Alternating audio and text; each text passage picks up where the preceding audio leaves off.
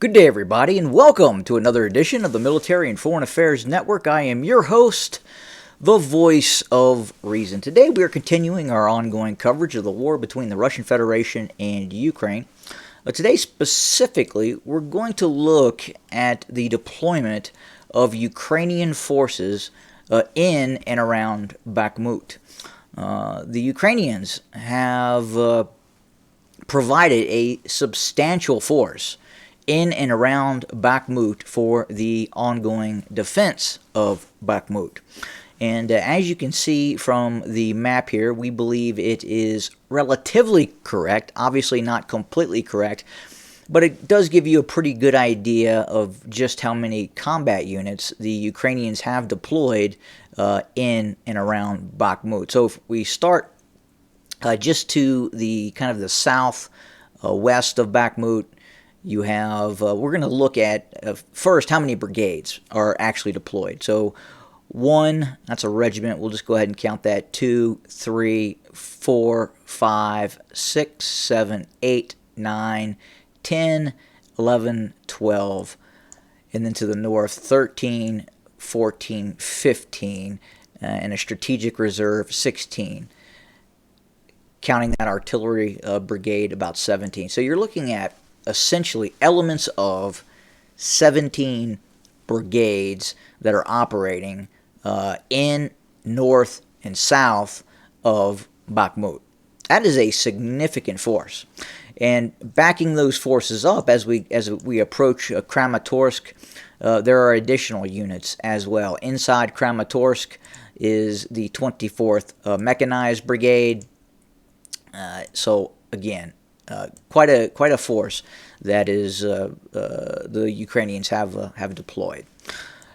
But more importantly, it's interesting to look at some of these forces, where they are now, where they originated from. So, for instance, one of the key armored components of this force that helps in the defense of Bakhmut is this unit here.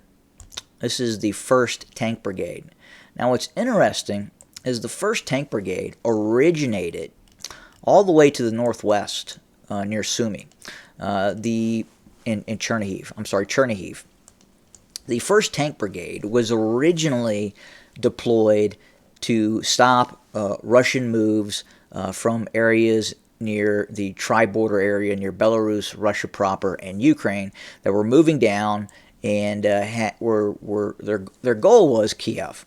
And they had gotten as far as Brovary. The 1st Tank Brigade was operating mainly around Chernihiv. They were one of the units responsible for preventing Russian forces from capturing Chernihiv. The Russians never captured Chernihiv. They besieged Chernihiv, and to this day, there is still one battalion set from the 1st Tank Brigade that is deployed near Chernihiv.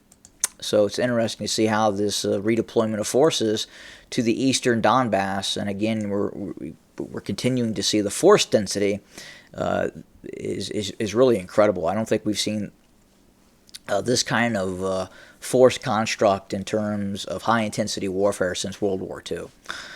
So huge numbers of forces, huge numbers of troops, equipment, and what have you. So you can see, obviously, that the Ukrainians are all in on defending Bakhmut. The Russian goal appears to be the continued encirclement of these forces.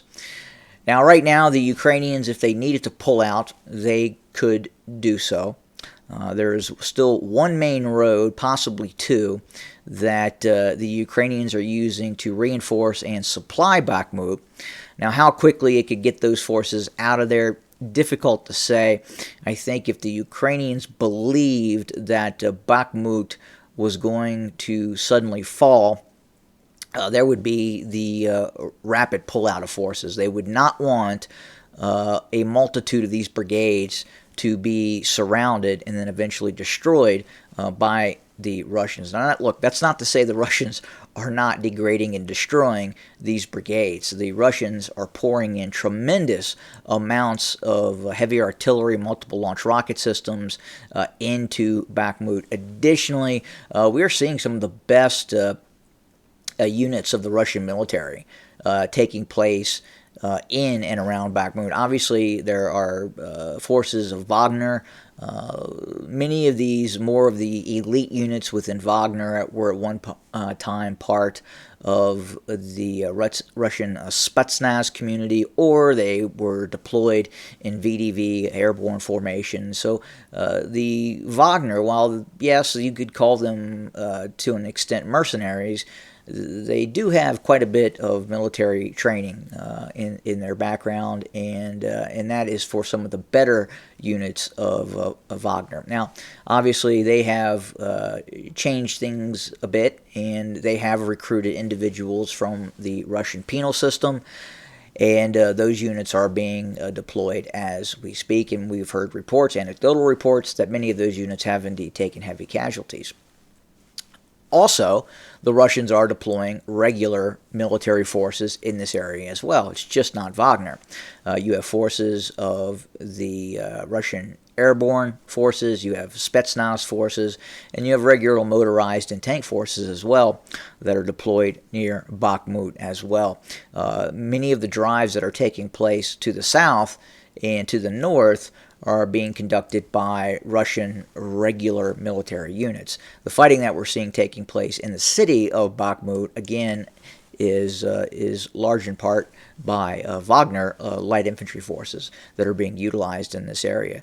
The force inside of Bakhmut that the Ukrainians are using to defend Bakhmut directly consists of 3 different units. First is the Free Russia Regiment. This is essentially a new formation that has propped up with various volunteers from Ukraine and purportedly Russia itself. Additionally is the 93rd Mechanized Brigade. That unit is still fighting inside of Bakhmut. And then finally, which is very interesting, at least that's what's being reported by this map, is the 1st Presidential Brigade of the National Guard. So why are the Ukrainians using a brigade that is designed to be stationed in Kiev and act as a security force for the main leadership of Ukraine, such as protecting Volodymyr Zelensky? And that unit is deployed as we speak in frontline operations in eastern Ukraine. So is it the entire brigade? Probably not, but it does appear at least there are elements of this brigade that have been forward deployed and are fighting against the Russians. So very interesting to see that.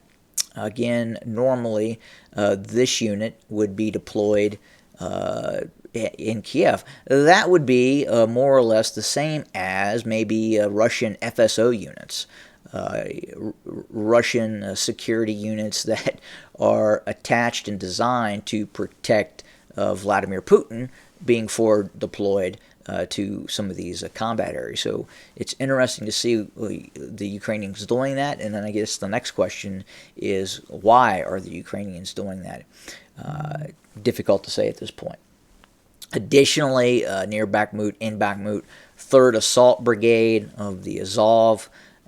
These originate from paramilitary units. Some observers would call these elements of so-called Nazi units. Again, if you look at the symbology of the shield, the wolf, the 3, and then obviously this symbology here, leads one to look at this and at least on the surface proclaim that it could be some sort of nationalist type of a unit fighting for the Ukrainians. And obviously these Azov units, regiments, brigades, however far they have expanded, do absolutely, beyond a shadow of a doubt, have nationalistic tendencies. goals and objectives. And obviously they are fighting on the front line, and they're being used as we speak in Bakhmut. And then finally, they're using territorial forces, the 241st Territorial Defense Brigade, and then all the way in the north, another National Guard unit. This is the 3rd Operations Brigade. These are the maneuver formations of the Ukrainian National Guard. The Ukrainian National Guard is separate from the Ukrainian ground forces or the army. Again, much like the Russians, the Ukrainians have separatized various ground combat organizations. So you have the Ukrainian ground forces, you have the Ukrainian airborne air mobile forces, you have the Ukrainian naval infantry forces, you have the Ukrainian Special Operations Command, and then finally, separate from the ground forces itself is the Ukrainian National Guard, which again act as paramilitary forces, but we are now seeing more and more deployment of Ukrainian National Guard as frontline combat troops. They are creating new of these Ukrainian assault brigades of the National Guard. Again, these are more heavy-hitting, designed for outright conventional operations on the front line. And that operates parallel to the Ukrainian ground forces or army for all intents and purposes. So very interesting to see that deployment. If anybody has any insight into the deployment of the 1st Presidential Brigade of the National Guard to Bakhmut, that would be most interesting to get any sort of feedback around that. Is it just a very well-trained unit? Could the Ukrainians be seeing lack of efficient combat units, and that's why they are shipping these soldiers to the front line? But difficult to say at this point. But that's kind of where we set for today. Again, the fighting continues. Very, very heavy fighting near and around Bakhmut. It looks like the Russians right now are pouring a lot of effort into the north of Bakhmut. And you can see this. It is an attempted encirclement of this area by Russian forces. And then we'll slowly back up where you, the viewer, can see. Again, these are mainly Ukrainian units. They do designate some of the Russian units on this map, not so much in terms of that really gives you an idea of what's being deployed. I mean, again, just close to the battlescape, you see 1 battalion tactical group of Wagner, but we know there's much, much more than that. And then to the northeast, the only Russian unit that you can see, at least on this map, is the 6th Cossack Motorized Regiment. So again, much, much more than actually that is being deployed by the Russians. We know it's not just Wagner. We know there are Spetsnaz formations, VDV formations, and obviously regular motorized and tank formations as well. But that's where we set for today. We continue to watch things very, very closely. And, of course, we will bring you more information as we receive it, and we look forward to having you join us in these ongoing discussions. Thank you for joining us today. Have a good day.